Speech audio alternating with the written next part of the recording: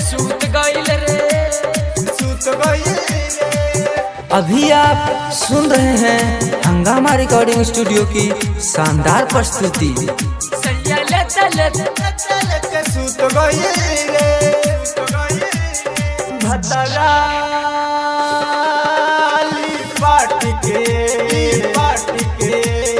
सूते रोज साट के ठोकल के मारी किली टूट गइल रे। सैया लेते सूत गइल रे। सैया लेते सूत गइल रे। चुमा लेते सूत गइल रे। सैया लेते सूत गइल रे। सैया लेते सूत गइल रे। भतराली पाट के सूते रोज साट के ठोकल के मारी किली टूट गइल रे। सैया लेते सूत गइल रे। सैया लेते सूत गइल रे। चुमा लेते सूत गइल रे। सैया लेते सूत गइल रे। सैया लेते सूत गइल रे। सैया लेते सूत गइल रे। सैया लेते सूत गइल रे। खोली के खाता उबाही मांगे हिसाब हमसे सही। मांगे हिसाब नहर में काका तू कइलो हमके बता। खोली के खाता उबाही पाहे हिसाब चाही सही। नैहर में काका तू कैलू हमके बतावा तू सही।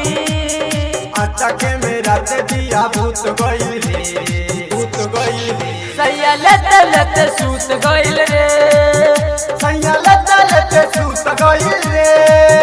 चुमा लेते सूत गइल रे। सैया लेते सूत गइल रे। सैया लेते सूत गइल रे। सैया लेते सूत गइल रे। सैया लेते सूत गइल रे। लाली क्रीम नाही चटले गोरे गोरे गाल नाही कटले। ननके निसाद बलमुआ ओखरी में धनवा न टूटले। लाली क्रीम नाही चटले गोरे गोरे गाल नाही कटले। ननके निसाद बलमुआ ओखरी में धनवा न टूटले।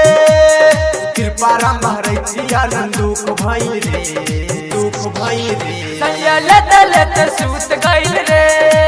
सैया लेते सूत गइल रे। चुमा लेते सूत गइल रे। सैया लेते सूत गइल रे। प्रेजेंटेड बाय हंगामा रिकॉर्डिंग स्टूडियो बयाकपुर।